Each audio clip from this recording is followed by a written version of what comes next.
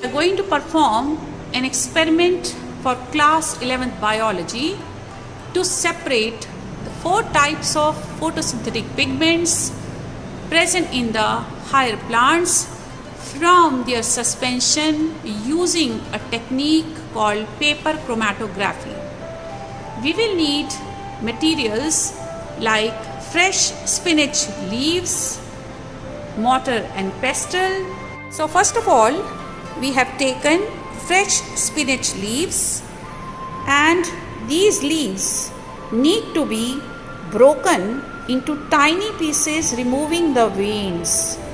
And we have taken those leaves in mortar and pestle, add some sand in it so that grinding becomes easy, and we are going to use a couple of spoons, just 1 or 2 ml of the mixture, so that the organic compounds, chlorophylls, xanthophylls, etc., they can be mixed in that, and we will get a suspension. That suspension will have a lot of debris. Therefore, it needs to be filtered using the muslin cloth. So we are going to use a muslin cloth in which we are going to place this ground mixture. Now, to remove the debris and get the filtrate at the bottom, we spent some time, and the result was this. You can see this is a green liquid in which all the photosynthetic pigments have been mixed. Now we are going to use these capillary tubes, these tiny capillary tubes, which will hold the mixture in tiny quantities, and we will transfer them to our medium on which the separation will take place.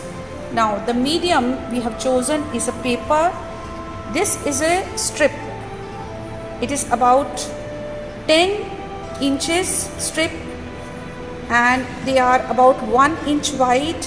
It has been cut lengthwise so that the cellulosic fibers are lengthwise, okay, and just 1 inch we have taken from the bottom, and we have created an indent, and another 1 inch we have created another indent. Now this is going to be our medium. Take a pencil. Okay. Now take a pencil and make a line joining these two indents, and the center point is going to be our loading point. Can you see this? This is a line I have created. The center point will be the loading point, and I am going to take the mixture in very tiny quantity using a capillary tube and load this point. Can you see? I have made a very tiny dot on it. Now this dot has to be dried before I put the next dot.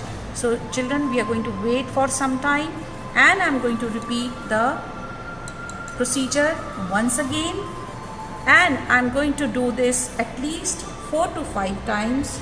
So I'll just wait and go on repeating.